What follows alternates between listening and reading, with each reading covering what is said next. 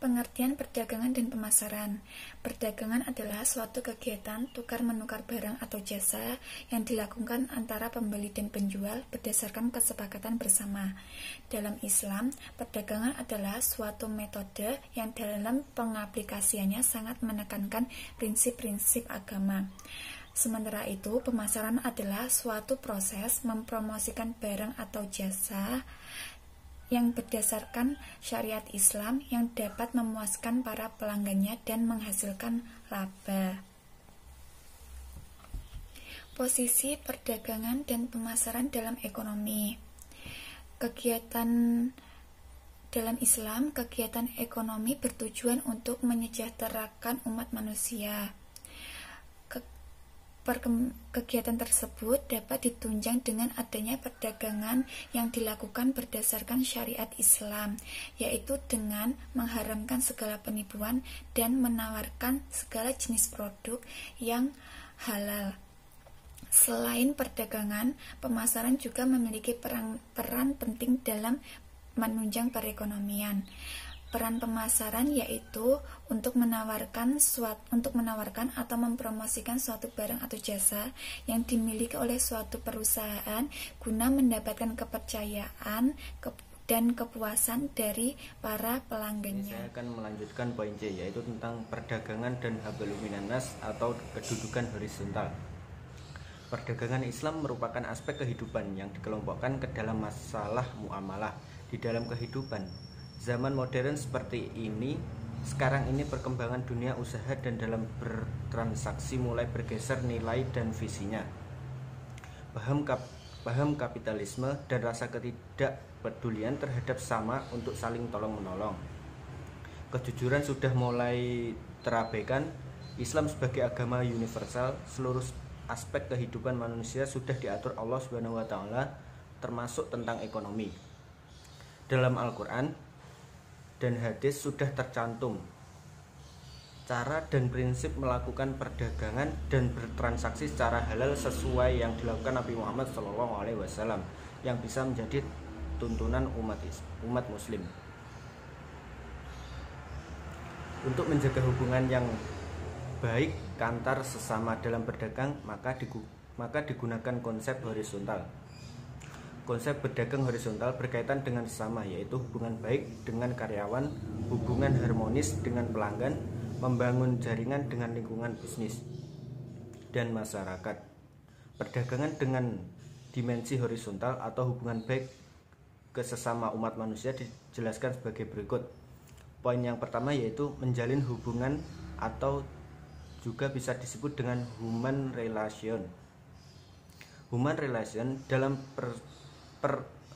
perspektif Islam bukan sekedar pendekatan pemikiran dalam konsep tata hubungan kemanusiaan, melainkan tata nilai yang menjadi inti dalam proses interaksi sosial yang manusiawi untuk memenuhi kewajiban terhadap sesama manusia.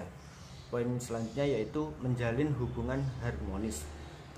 Strategi bisnis Rasulullah SAW ialah beliau sangat baik dalam mengelola proses transaksi dan hubungan bisnis dengan seluruh elemen, di mana beliau melaksanakan prinsip manajemen bisnis, yaitu dengan selalu mengutamakan kepuasan pelanggan. Menjaga hubungan baik dengan pelanggan merupakan langkah penting yang sudah diajarkan Rasulullah SAW guna mempertahankan pelanggan tersebut. Allah SWT berfirman dalam surat Hud ayat 10, yang artinya orang-orang beriman itu sesungguhnya bersaudara, sebab itu damaikanlah antara kedua saudaramu dan kuatkanlah terhadap Allah supaya kamu mendapat rahmat. Implementasi dari ayat di atas, persaudaraan ini berkaitan dengan rasa cinta, perdamaian, kerjasama dan persatuan menjadi landasan utama masyarakat muslim. Jadi salah satu faktor sikap menjalin persaudaraan berdasarkan ajaran Islam sejati ialah dalam hubungan-hubungan sosial yang lebih luas setiap muslim, baik sebagai individu, keluarga maupun jamaah. Assalamualaikum warahmatullahi wabarakatuh. Baik, di sini saya akan menjelaskan terkait pemahaman perdagangan Islam dan kerangka konseptual. Yang pertama ada pemahaman perdagangan Islam. Tidak dapat dipungkiri bahwasanya perdagangan dengan metode Islami dapat membawa manusia memperoleh keuntungan baik di dunia maupun di akhirat. Allah Subhanahu wa taala telah menjadikan manusia masing-masing saling membutuhkan satu sama lain, supaya mereka tolong-menolong, tukar-menukar keperluan dalam segala urusan kepentingan hidup. Dengan cara demikian, kehidupan masyarakat menjadi teratur dan subur. Hubungan antara manusia semakin mantap dengan adanya sistem perdagangan berbasis Islami yang menyeimbangkan antara kepentingan duniawi dan ukhrawi. Adapun dalil-dalil mengenai ajaran-ajaran agar melakukan perdagangan dengan jalan yang Islami adalah sebagai berikut. Yang pertama, firman Allah dalam surat Al-Baqarah ayat 275. Artinya, Allah telah menghalalkan jual beli dan mengharamkan riba. Yang kedua, Islam juga mengajarkan agar menjual barang-barang yang ada manfaatnya dan tidak boros terhadap harta. Dari kutipan arti dari surat Al-Isra ayat 27, sesungguhnya pemboros-pemboros itu saudara-saudara setan. Ayat-ayat di atas merupakan firman Allah mengenai bagaimana sistematika dalam berdagang yang Islami. Nabi Muhammad sebagai seorang yang pernah berdagang, yang dimana pada saat itu beliau membawa dagangan yang dititipkan oleh Siti Khadijah, dimana pada saat ini hal tersebut dikenal dengan akad wakalah. Berikut ini ada 9 etika berbisnis atau berdagang yang diajarkan oleh Nabi Muhammad SAW.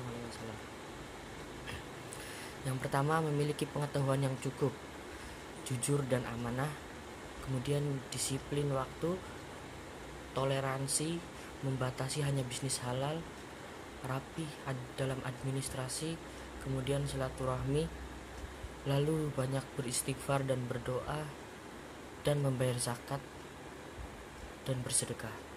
Hal tersebut merupakan etika bisnis yang diajarkan oleh Rasulullah. Sungguh sangat bagus sekali apabila kita menerapkan hal tersebut di saat kita sedang berdagang. Bukan hanya keuntungan duniawi yang kita dapat, tapi keuntungan ukhrawi juga kita dapat. Inti dari prinsip perdagangan Islam ini adalah akhlak yang baik dan luhur, karena akhlak merupakan inti dari segala aspek kehidupan. Dengan akhlak, kita dapat membedakan bagaimana kita dalam bersikap dan berdagang, karena sesungguhnya Nabi diutus ke dunia untuk menyempurnakan akhlak manusia. Selanjutnya yang kedua ada kerangka konseptual. Sesuai dengan pemikiran di atas, bahwa sistem perdagangan yang berbasis Islami akan sangat berpengaruh dalam kehidupan bermuamalah. Menjalankan perdagangan Islam tidak hanya membawa keuntungan di dunia saja, melainkan juga keuntungan di akhirat.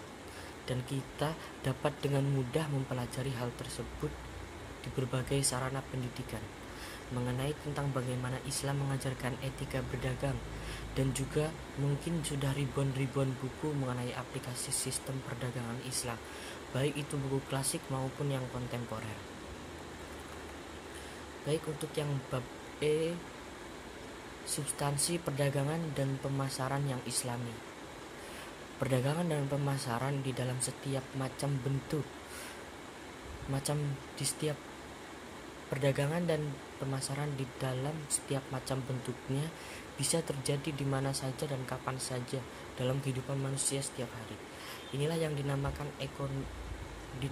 aktivitas ekonomi atau bisnis.